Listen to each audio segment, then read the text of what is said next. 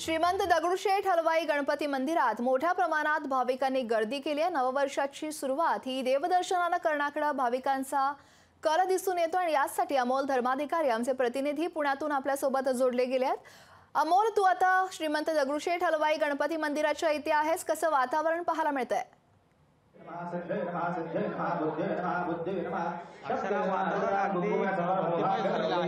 आपण पाहतोय काल मोठ्या उत्साहामध्ये सरत्या वर्षाला निरोप दिला आणि आज नवीन वर्षाची सुरुवात करण्यासाठी पुणेकरांनी पहाटेपासून श्रीमंत दगडूशेठ हलवाई गणपती बाप्पाचं दर्शन घ्यायला सुरुवात केलेली आहे। आता ही दृश्य आपण थेट गणपती बाप्पाची पाहतोय। अतिशय नेत्रदीपक आणि सुंदर असं रूप हे बाप्पाचं आणि हेच आपल्या डोळ्यांमध्ये साठवण्यासाठी आणि नवीन वर्षाची सुरुवात करण्यासाठी पुणेकरांनी आता गर्दी केलेली आहे। मंदिरामध्ये मोठ्या प्रमाणात गर्दी झालेली आहे। अशीच गर्दी मंदिराच्या बाहेरही आहे। मुखदर्शन घेण्यासाठी सुद्धा मोठ्या प्रमाणात पुणेकरांनी गर्दी केलेली आहे आणि त्यामुळे हा संपूर्ण मंदिराच्या समोरचा शिवाजी रस्ता आहे तो मोठ्या वाहनांसाठी बंद ठेवलेला आहे।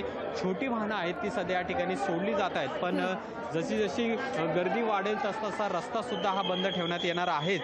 पण नवीन वर्षाचा संकल्प करण्यासाठी आणि आपल्या नवीन वर्षाची सुरुवात करण्यासाठी खरं तर बाप्पाचा आशीर्वाद घ्यायला सर्व पुणेकर आहेत ते या ठिकाणी आलेले पाहायला मिळतात। हजारोंच्या संख्येने पुणेकर सध्या या गणपती बाप्पाच्या मंदिराच्या परिसरामध्ये आहेत आणि नवीन वर्षाची सुरुवात आज श्रीमंत दगडूशेठ हलवाई बाप्पाच्या चरणी नतमस्तक होऊन आणि बाप्पाचा आशीर्वाद घेऊन हे खरं तर आता पुणेकर करताना पाहायला मिळतात आणि उत्साह मोठ्या प्रमाणात आहे। 2024 हे नवं वर्ष आता सुरू झालेलं आहे आणि या नवीन वर्षामध्ये सर्व काही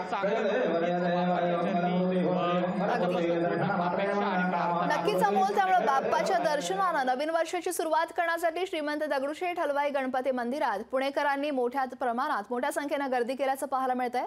धन्यवाद अमोल दिलेल्या माहिती संदर्भात।